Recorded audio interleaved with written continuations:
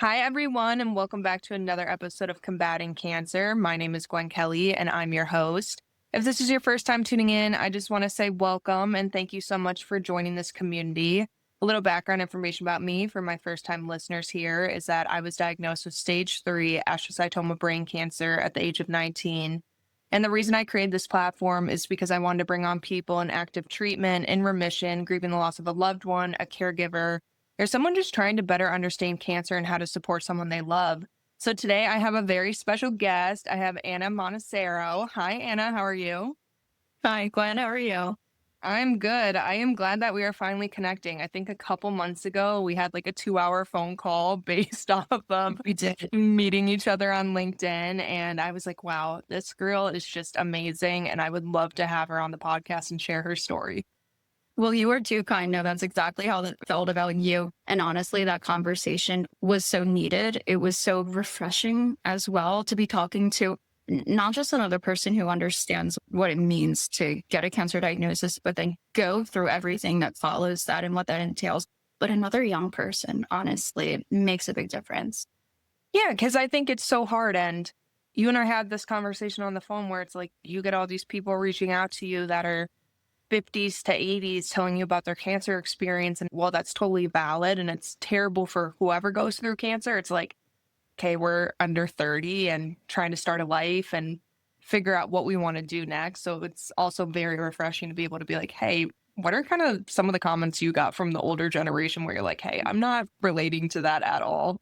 So you're absolutely right. I would say the first thing is that anyone who's gone through this or anyone who's also been a caregiver or a loved one and someone supporting someone going through this, like all of it is valid because it's the experience that you have with this, whether it's you, whether you're supporting someone else, a little bit of an outside looking in thing, but it's all totally valid. The only thing is that when you're in such a different part of your life compared to someone who like when I started this, I was diagnosed at 29. I had just turned 29, actually. And so people are figuring out their jobs, navigating their careers, trying to figure out how to make more money so they can make those big purchases, right? Like buying a home, starting a family, just all of those things. The difference between a 29-year-old, you could even say like a 35-year-old or a 40-year-old, let alone someone who is even more senior than that. They're just at a totally different point in their life. And you know what it is? It's the loss of so many things that you haven't been able to do yet. Whereas the older you get, kind of by nature, you're able to do so many things. Maybe you have children, you have a home, you have a huge support system of friends and family that you've established and developed because you've gotten more life. When you're younger, you don't have those things. It's like you're seeing all those things that you want, that you're trying to attain, that have been the goal for a long time. And you don't even know if you're going to get that yet. So you're grieving a loss of a lot of different things. And then there's also the flip side of the coin where it's like, okay, let's say there's a 40-year-old woman that has kids and she got diagnosed and she's worried about watching them graduate, or there's a 2-year-old that got diagnosed and their parents are hoping that they make it to their 5th birthday. It's just terrible no matter what. And it really just depends on like the situation and stage you're in your life at that point. But the theme, regardless, is that cancer is terrible and I hate it.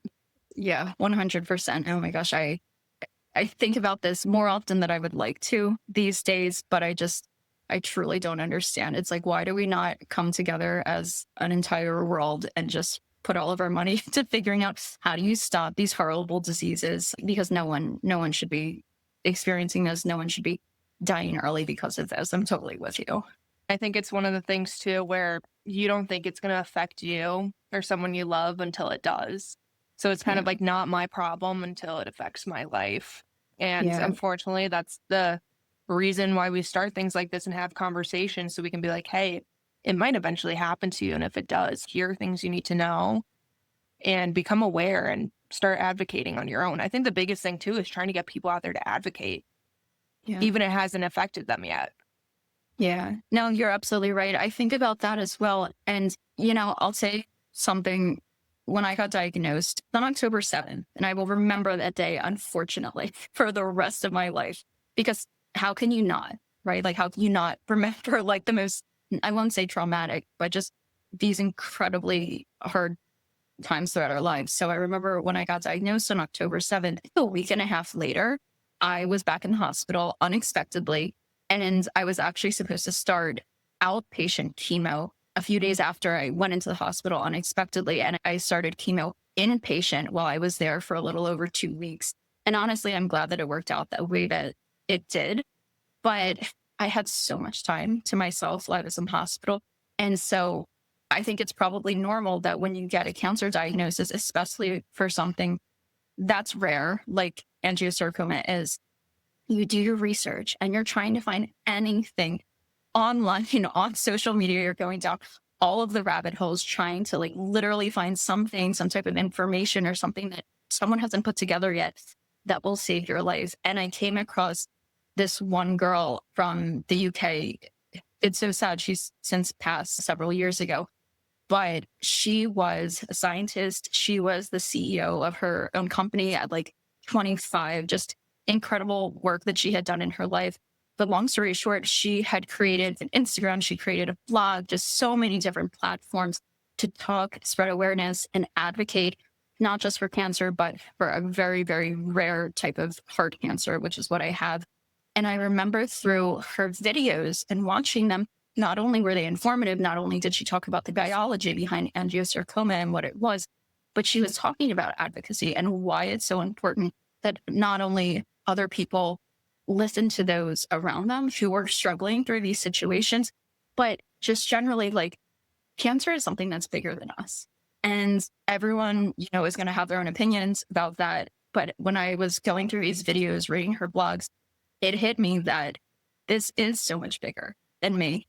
And whether I'm here next year or not, what I can do can make a difference and help other people who are going to go through the same thing, because this is going to be here for years and years and years. And if we can make a difference, if we can help people suffer less, like, isn't that the point of all of this? Like, what better purpose can we have? So the advocacy part, spreading awareness, it's huge. I wish that more people, I don't want to say I wish that, more people would do this when they get a diagnosis, because everybody is going to respond differently. It's really hard when you get a cancer diagnosis. But I think if someone is thinking about how can I make a positive, lasting impact, how can I pour my time, efforts, energy into something that is going to be meaningful and serve other people, spreading awareness, advocating, like, it's the best thing you can do. 100% agree with you. And I also do think that it can be difficult for a lot of people that are just diagnosed trying to go through something because they don't want to put their name to the actual story, because then it's like, oh, this is actually my life. And I think that's something I struggled with for a long time too. But I'd come to the realization the other day that it's like, you know how easy it is to start an Instagram page and be anonymous? There's little ways around it where people could still share their story without having to put their name to it. So I think anyone that's listening that's even thinking about wanting to share their story or being like, well, I don't know if my story is good enough to share in comparison to other people, just do it, because it matters. Every single story matters. And you might not know that one post that you're ranting about, just trying to get your emotions out, that might have changed someone else's day. Like that woman that you found from the UK, of everything that she was posting, that really impacted you and changed your mindset of, okay, how can I help other people going through this? Absolutely. No, you're absolutely right. And we talked about this the first time that we spoke on the phone for a while. We were talking about how with the social media and creating platforms and everything, it's hard for us. And that's why not only am I so impressed and motivated and inspired by everything that you're doing, but we were talking about it's hard to put our face out there because we're not the kind of people that want the attention. We don't want to be like in the limelight or whatever. And so I'll say I started an Instagram as well back in when I was in the hospital back in October. And I'm in a hospital gown. That's like my first video. And I'm talking about all of this. And honestly, I felt so dumb. I felt so silly. Like, being in the hospital, holding my phone and just talking in my hospital gowns. I think I even had like my oxygen tube at that time. I probably just looked really ridiculous and silly. And again, it's different for everyone, but the inclination or the call to just literally do something that could be even in some way helpful or beneficial to another person exactly like what you said. It's like anyone can come across what you put out there. You can do it anonymously. You don't have to, but anyone can come across it if you put it out there, and it can help someone. It could change someone's perspective. It could be like the small seed that gets planted that encourages someone else to do something intentional and make a difference. So I'm totally with you on that. I remember when we were talking on the phone, I told you it's kind of funny sometimes. I set up my phone in my room, sit there talking to myself, and then I post it online and immediately gets firsthand embarrassment. But then I remind myself that this isn't about me. This story is so much bigger than I am. Cancer is bigger than all of us. If sharing something uncomfortable helps even one person feel less alone, then it's worth pushing through that awkwardness. And honestly, I think that's a mindset you and I both have had to adopt throughout treatment. Sometimes there isn't a perfect way to do something. You just have to do it. It's hard, it's uncomfortable, and you don't always know what the outcome will be, but you keep showing up anyway. Before we started recording, you were telling me about where you're at right now. You're currently in Houston, navigating new treatments, trying to figure out the next steps. And it's been anything but straightforward. There have been setbacks, different opinions, unexpected challenges, so much uncertainty.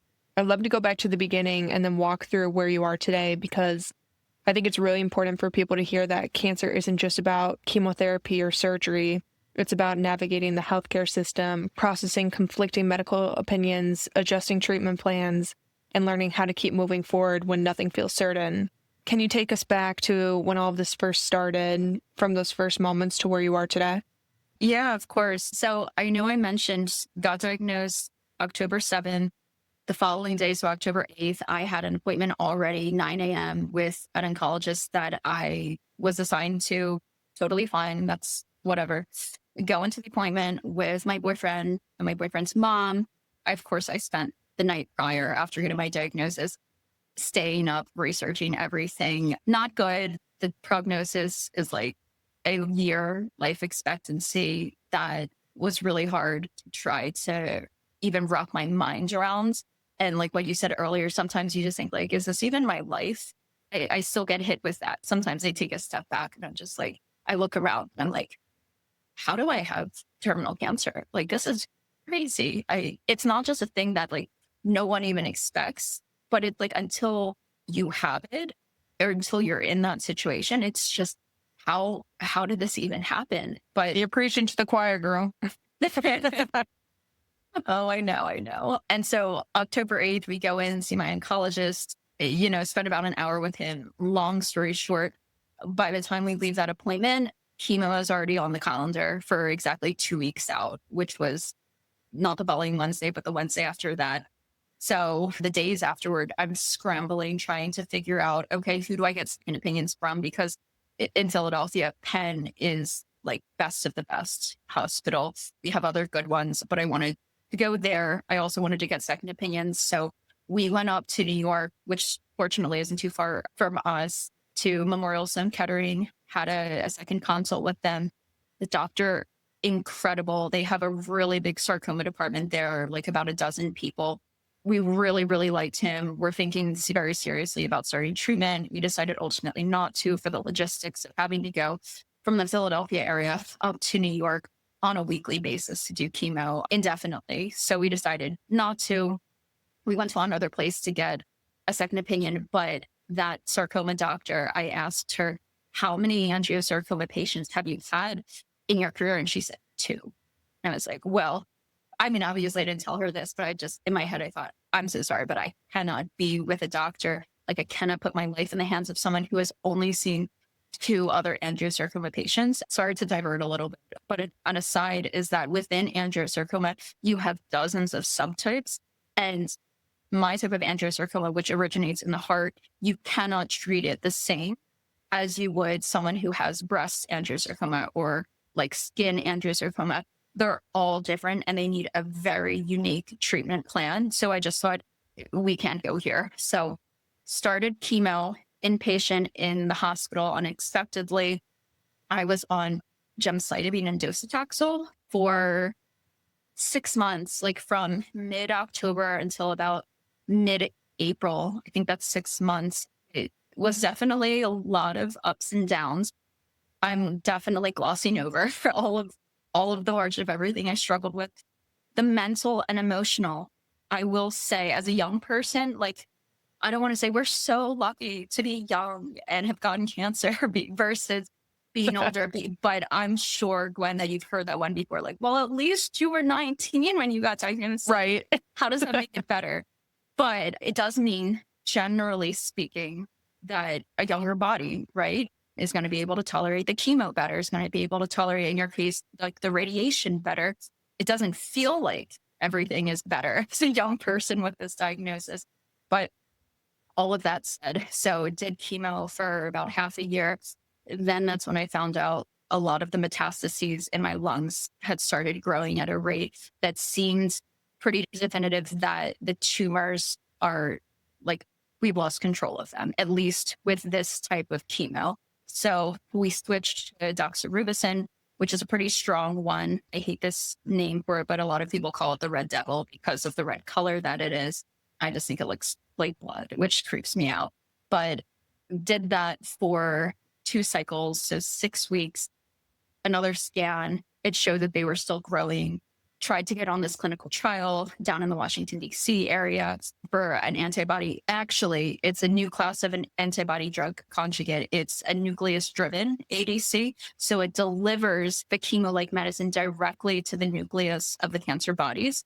But what made it particularly interesting for angiosarcoma is that this specific drug also was supposed to attack and shut down the blood vessels of cancer cells. So by default, because angiosarcoma is in the blood vessels, like in theory, biologically, that should just totally shut them down. But long story short, went down to MD Anderson in Houston, met with the doctor who's supposed to be the best in the world for angiosarcoma. He told me I needed to immediately start on AIM, which is doxorubicin and ifosfamide, really strong combination or chemo regimen. And here we are, I finished cycle 1 2 weeks ago. It was, not to be melodramatic, it was the worst week of my life. Mostly because of the neurotoxic effects of the ifosfamide. I'd never experienced that before. With the chemo, I had days where you feel like your body just got smashed by a truck. And you also have like a major flu and just everything just hurts and aches from the inside and outside.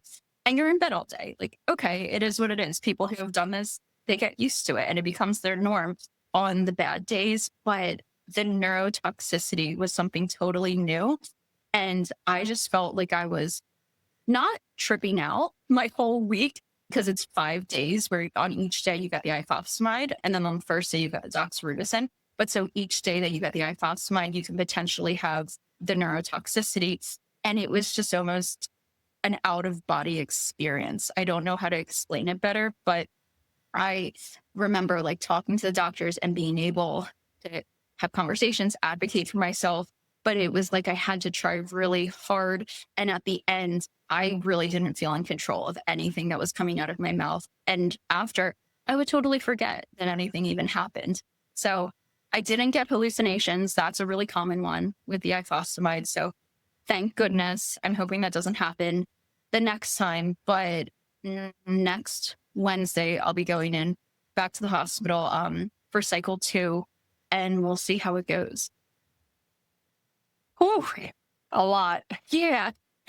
I told you before we started recording, I was like, man, I'm even stressed out just based off of everything. No, I'm so sorry. That is not my intent. Stressful. Cancer is stressful, and there's really no roadmap. You get all of these people that say, hey, this is how you're going to feel with this chemo, or these are the reactions you should expect. And you're like, okay, yes, but you can only mentally prepare yourself for so much. And it is right. When we're younger, we'll have people say, oh, wow, you're so lucky to get cancer diagnosed at a younger age because you can tolerate treatment better. But the thing is, it's still all the same mentally. You're still dealing with a terminal diagnosis. You're still having those thoughts of, okay, what if I don't make it through this next round of chemo? And that's incredibly difficult to deal with. And it's scary and it's hard. And, you can only be so strong for so long. Because I know personally myself, you can be strong on the outside, and then in the inside, you're like, wow, I remember what Google said about that statistic, and it's hard. Yeah.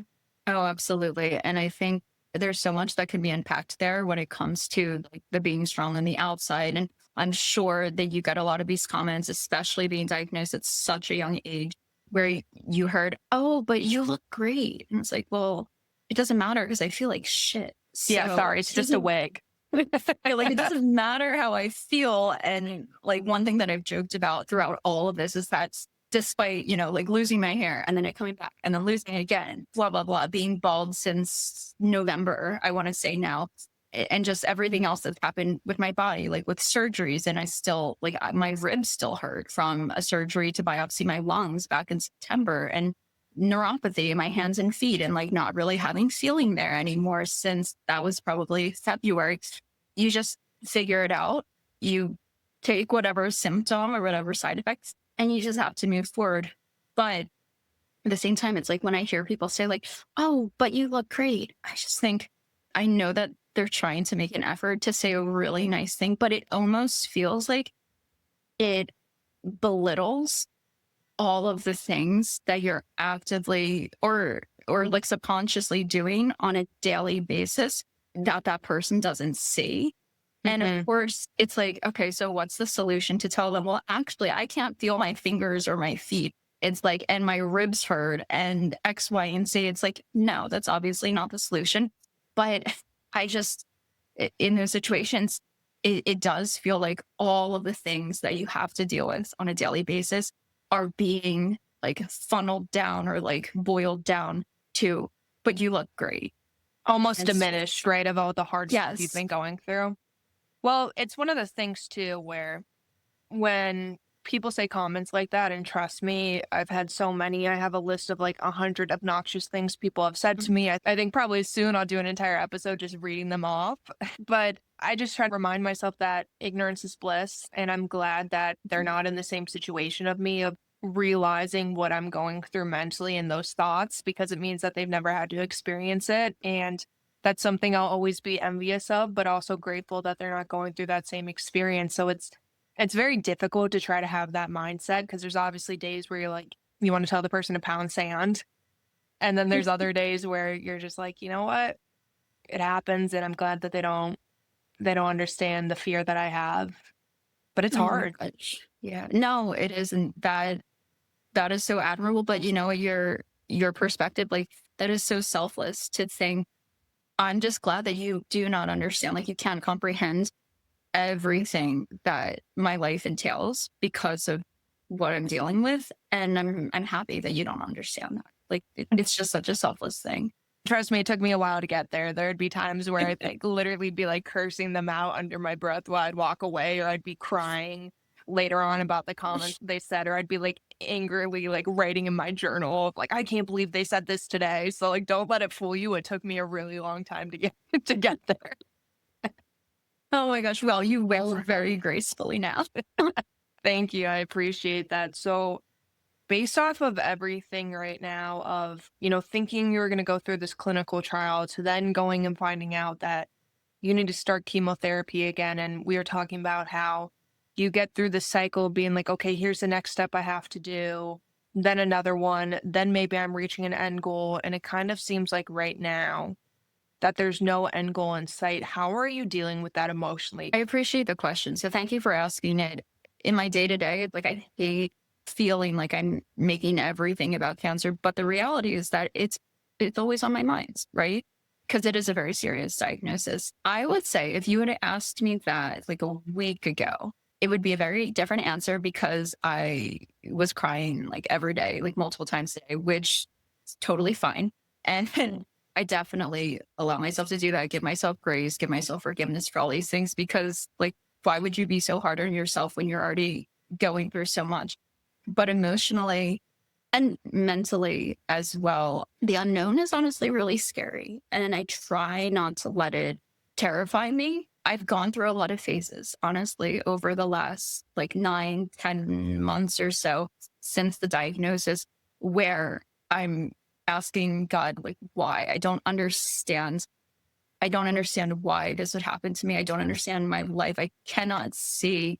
I can see for so many reasons why this would help me help others, help me grow as a person. I cannot tell you the amount of patience that I have now, not just because of my own situation, but taking care of my mom since 2021. Oh my God, I feel like the most patient person.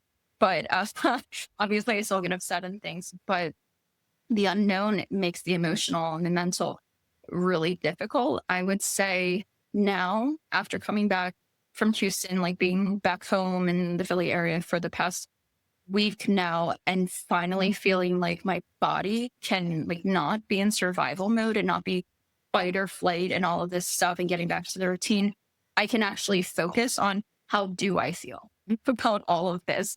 But I think right now there's a certain amount of peace, like a certain amount of acceptance that I have with a terminal diagnosis. But then at the same time, you go back and forth in your head between trying to have hope and remain hopeful, because that is so important for anyone with cancer. It doesn't matter if it looks like, you're going to do treatment for, 12 weeks and everything's going to be gone and you can go back to your, normal life more or less, or something where there is no cure.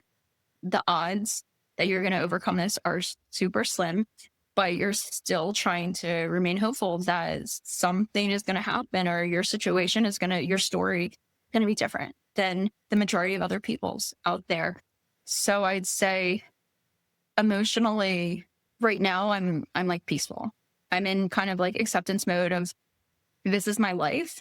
I'm going to do the things that make me happy. I'm going to continue working. For example, like I've worked full time since even back in August, the first time I went into the hospital for over a week. I have an incredible team that allows me to, kind of be in and out when needed, but just doing the things that give you some sense of purpose. If that means not working, then by all means, I do not encourage anyone to work during this time. But for me, it's a fantastic distraction, but also like being with my boyfriend, being with my dog, being in the garden, still going over to my mom's and trying to bring a smile to her face, even though I can't help out in the way that I would like to now because of my like physical limitations. Like I can't give her a shower now anymore, but being able to like throw a ball around with her and get her moving a little bit, just anything that gives you purpose. But I think it helps a lot when trying to navigate the emotional and mental parts of this, because I truly think that they are more difficult than the physical.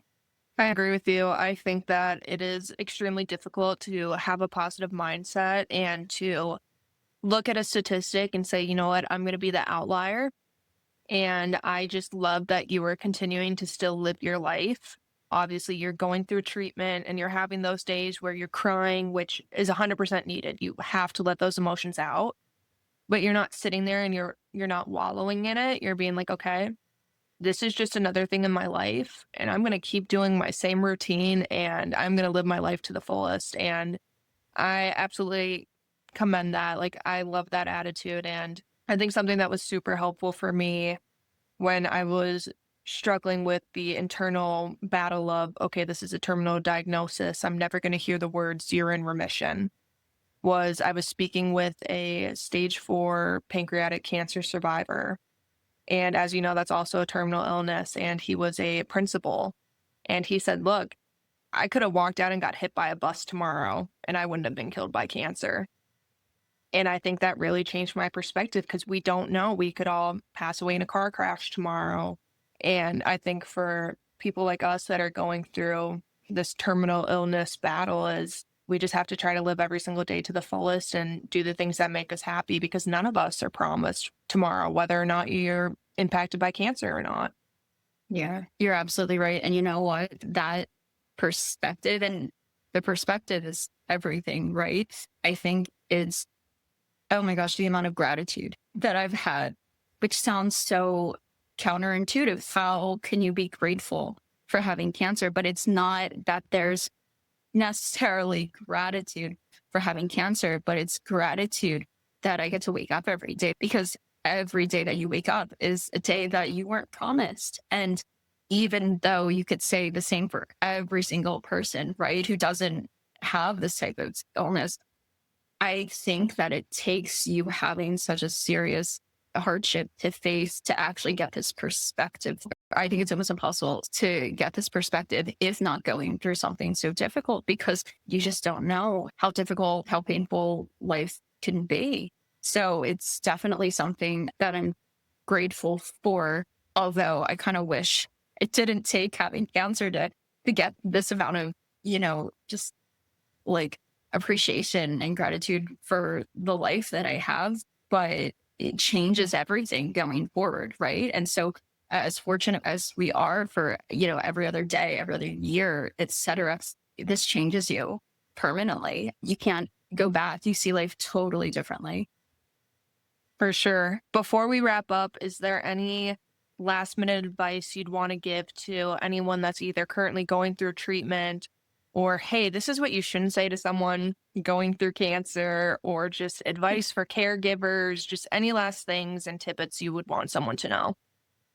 Oh my gosh, there's so much that I could say when it comes to things not to say, but I won't focus on that. And it's I'll focus on the more positive side and say I think honestly that if you remain hopeful, and honestly, it's so different for everyone because you come into your diagnoses at a different point in your life, right? But I think as long as you're trying to be a good person, if you're trying to be kind, if you're trying to be selfless, to continue to give to others, I truly think that all of that will serve you incredibly well as you're trying to navigate through a diagnosis. Maybe it is as simple as just whatever good you put out there. Like, I really do think that in this life or the next, you're going to receive that good back. But just continuing to do good things for other people, for the people who are taking care of you, for the people who care about you. But the people who aren't, strangers, just continuing to be a good, kind person. I really do think that it makes this so much more bearable. I think that it puts you in a good mindset as well. I think that's the only advice. Just remain hopeful, be kind, be selfless as well. Think about what you can do for others, not what they can do for you. That's the advice I would give. I love that. Well, I just appreciate you so much for coming on and sharing your testimony. I think the mindset that you have is just absolutely incredible, not only for myself to hear and be inspired by, but you are going to touch so many other people listening to this. So I just really appreciate you being vulnerable enough and brave enough to share your story, because it really does only take one person to make a change. Thank you so much, Gwen. And you are making an incredible change. Seriously, thank you for the work that you do. And the podcast where you go through that list of all of the things that people have said to you over the years. I feel like you should send out like an email blast or put something up on like LinkedIn and your platform and say, heads up, this podcast is coming, turn it into a drinking game. Because if you've ever heard well, okay, maybe not for anyone actively doing chemo, but for like loved ones, for people who are not currently, in treatment, it would be a fun drinking game. I'm sure a lot of people would relate. You know what? That might be a good idea. I don't drink anymore, but maybe that's what I'll do to get my water intake in. Yeah, absolutely. No, that's brilliant. Oh my gosh, I love that. Well, thank you so much again, and I really appreciate it. Absolutely. Thanks so much for having me on, Gwen. Yeah, of course. Well, that is the end of today's episode of Combating Cancer. As always, if this resonated with you, please feel free to share it around. And if you or someone you know want to come on and share your story, or you have questions or inquiries in general, please feel free to reach out to me. But that is all I have for you guys, and I will chat with y'all next Wednesday.